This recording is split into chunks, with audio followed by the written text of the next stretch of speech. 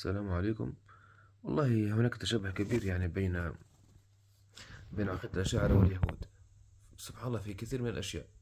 وعقيدة الأشاعرة وفرعون.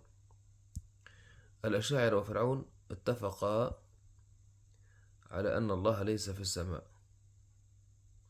الأول بالتكذيب، أراد أن يطلع إلى إله موسى، إلى سبع السماوات فيطلع إلى إله موسى، وقالوا وإني لأظنه كاذبا، وفي سورة القصص وإني لأظنه من الكاذبين. والأشاعرة قالوا لا يوجد إله فوق العرش في السماء بذاته، بل قالوا كناية على العلو والرفعة والمكانة. والشافعي يقول رحمه الله إن الله في سماء إن الله تعالى على عرشه في سمائه يقرب من خلقه كيف يشاء. يعني هنا يثبت الكيفية، يثبت أن قرب الله له كيفية، لكن يفوض يعني يعني يثبت أنه يوجد كيفية لكن يفوضها، لأنه ليس لنا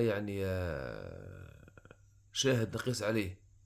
الله غائب عنا، ولا يوجد شاهد مساوي لله أو إله مشاهد كي نقيس عليه الكيفية. لهذا نفوض الكيفية، نثبتها ولكن نفوض ماهيتها.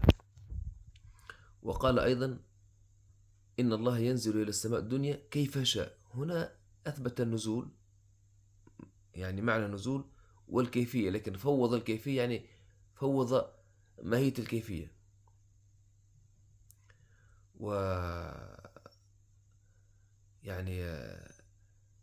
وهنا اتفق الأشاعرة والفراعنة على نفي وجود الله في السماء، واتفق الأشاعرة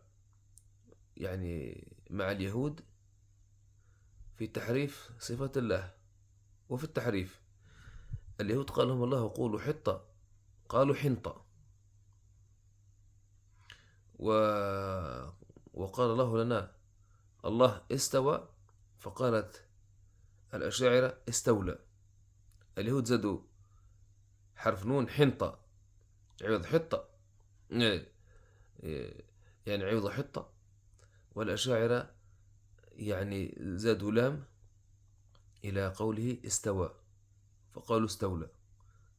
سبحانك يا ربي، كيف التقى الأشاعرة واليهود والفراعنة شر الخلق. اليهود شر الخلق، فعجيب أمرهم. اليهود شر الخلق، والفراعنة شر الخلق، والأشاعرة باين، كل شيء باين الآن.